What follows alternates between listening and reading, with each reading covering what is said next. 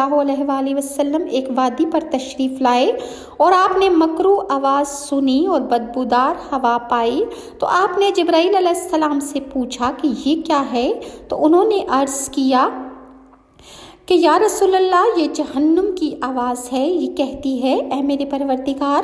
آپ نے میرے ساتھ جو وعدہ فرمایا ہے وہ مجھے عطا فرمائیے۔ میری زنجیریں، توقے، سوزش، میرا جلتا ہوا پانی، میری بہنے والی پیپ اور میرا بڑھتا ہوا عذاب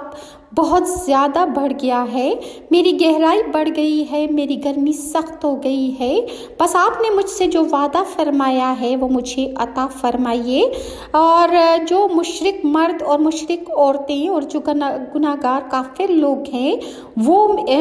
یہ سب ان کی مہمانی کے لیے ہے، تو مجھے وہ سب عطا کر دیجئے۔ تو اللہ تعالیٰ نے فرمایا کہ ہر مشرک مرد اور مشرک عورت اور ہر